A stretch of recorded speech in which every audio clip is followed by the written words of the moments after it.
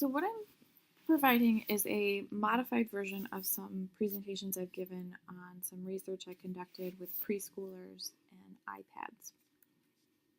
I initially became very interested in this topic because a lot of the literature out there talks about how concerned people are with technology being isolating. But in my experience with my nieces using my iPhone and iPad, technology wasn't as isolating as the literature indicated. Often, when they would engage in an app, they would show the adults in the room and they would show it each other. So, I really wanted to get at how kids are engaging in play with peers and digital texts. This is the second study I did in this classroom. And in the first year, I saw much of what you're seeing on the screen right here, but this is actually the second year of my data collection that I'm talking about. So a lot of the literature with iPads right now talks about how these mobile devices can promote social interaction, cooperation, play, and engagement. They're really easy to manipulate and use even for very young children. But a lot of teachers constrained use of the iPads to traditional literacy applications. Dr. Richard Beach, who gave the keynote speech at this past year's Literacy Research Association conference, talked about how kids really strive to play with games that are interactive and dialogic, which means you have to do something with the app in order to engage with it. It's not just a touch a button and get a correct answer. There needs to be some sort of relationship between the user and the application, and a lot of literacy apps aren't like that. So in this particular study, I didn't constrain students to traditional literacy applications, but there was a broad spectrum of what they could use. Looking at literature on children's play and technology, some people talk about the connection, but most of the time they're talking about more traditional objects. But in general, play allows for imaginative and embodied situations. But as I just said, technology is not always considered something to play with. So what I ended up doing, I don't know if any of you are familiar with Mildred Parton's 1932 study, but she found that when preschool children were engaged in play, they took on 5 generally typical behaviors, and these are the ones that I saw represented in my study. Solitary, where a student plays by him or herself, kind of without anyone else nearby.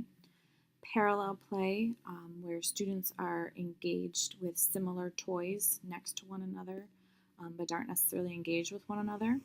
Associative play, where they are engaged with one another using the same objects. And then onlooker, where the student is watching what others are doing.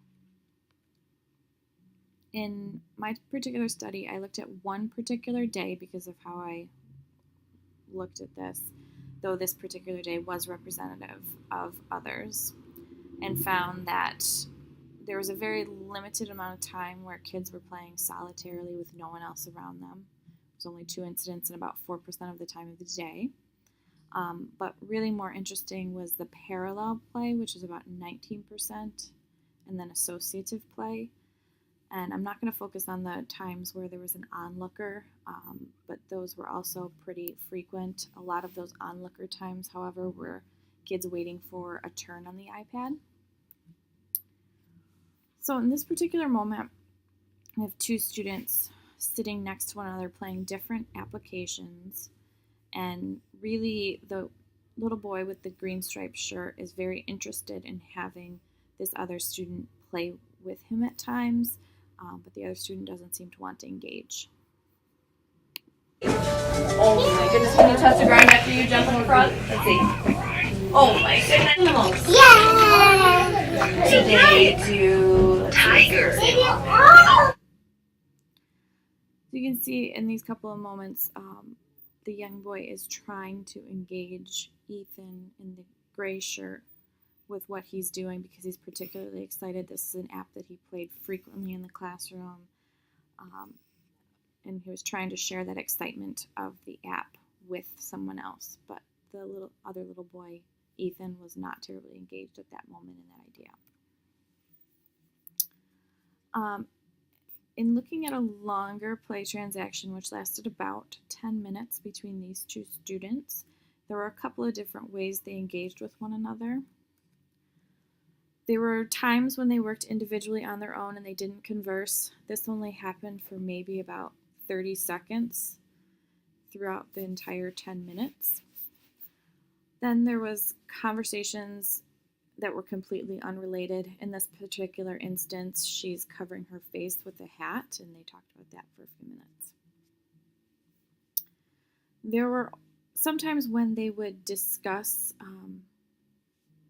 the applications as the designer intended them to be talked about.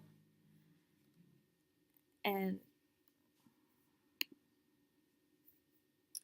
then they talked quite a bit about characters, and this particular student is playing a My Little Pony game and is talking out loud to Ethan, who is less familiar with the game but is looking to her as an expert. It's Princess Luna.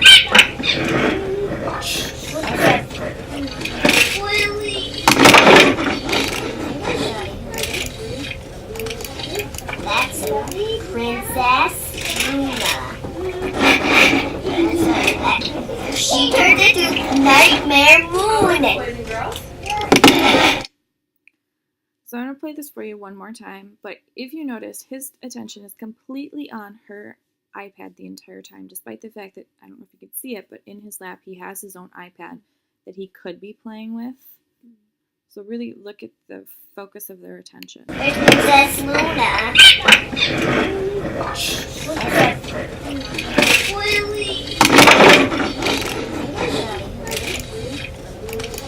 That's Princess Luna. She turned into Nightmare Moon. In this particular instance, because Ethan knows Molly is an expert at that pony game, he is asking her some questions. Oh, yeah. Okay. I think our friends are over there. Why don't you ask them if it's your turn? They've been at it for a while now. I think he said that. I think in this angle you can see clearly Ethan has his own iPad but is more interested in what Molly is doing on her iPad with an app that he didn't have on his, and is looking to her as an expert with this game to ask questions and really to be kind of trying to touch the game and all that. And I know there's been concern about, the innovation, creativity, and all that games would potentially allow students.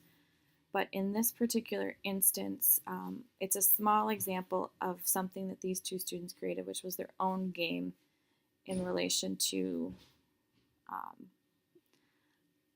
sort of what Molly is playing on her iPad, but it's a game set of rules that she created and Ethan follows along with. Hey, guess what? Guess what? This is Delaware. So everybody's done. Where can I add these? So between Molly and Ethan, they actually go through this idea of ponies are double weird, they're triple weird, everything's pretty weird throughout their entire 10-minute conversation here. So they're created their own little game that goes along with what the designer of the app created, though I'm sure was not what he or she intended it to be. So I'm arguing that technology is not as isolating as we always think it to be, especially the concerns that a lot of people have. It can be isolating, but you can also prompt students to be talking and working with one another.